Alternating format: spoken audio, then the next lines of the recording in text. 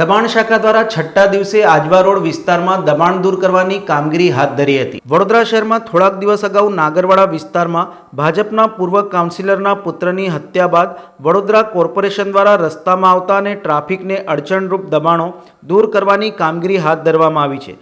ત્યારે આજે છઠ્ઠા દિવસે શહેરના આજવા રોડ ઉપર સરદાર એસ્ટેટથી મહાવીર હોલ 4 રસ્તા તરફના ગેરકાયદેસર દબાણો દૂર કરવા માટે પાલિકાની દબાણ શાખા આવી પહોંચી હતી।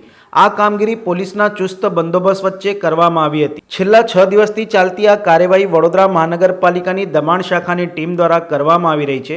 આ હંગામી દબાણો દૂર કરવાના મામલે ભાજપના પૂર્વ કોર્પોરેટરના પુત્રની હત્યા બાદ સિલસિલો યથાવત રહ્યો છે। ત્યારે દબાણ શાખાએ હંમેશા બંદોબસ્ત આપતા પોલીસ વિભાગ દ્વારા સમયસર બંદોબસ્ત મળે છે, પરંતુ આ ડ્રાઈવમાં 2 થી 3 વાર દબાણ શાખાની ટીમે પોલીસ સ્ટેશન આગળ જઈને 1 થી 2 કલાક સુધી રાહ જોવાનો પણ વારો આવ્યો છે।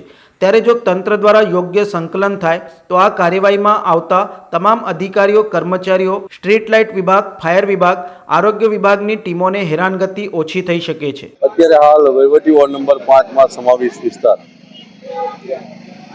સરદાર એસ્ટેટ 4 રસ્તાથી લઈ મહાવીર હોલ 4 રસ્તાની કામગીરી ચાલુ છે। અત્યારે હાલ સરદાર એસ્ટેટ 4 રસ્તા પર જે હંગામી દબાણો રોડ લાઇન ને ફૂટપાથ પરના તેને જમા લેવાની શેડ, લારી ગલ્લા, બોર્ડ, હોળી કાર્યવાહી ચાલુ છે। 2 ટ્રક ભરીને સામાન જમા લેવામાં આવે છે અને બાપોદ પોલીસ સ્ટેશનનો સ્ટાફ, વહીવટી વોર્ડ 5ના વોર્ડ ઓફિસરથી તેમનો સ્ટાફ, ટીડીઓ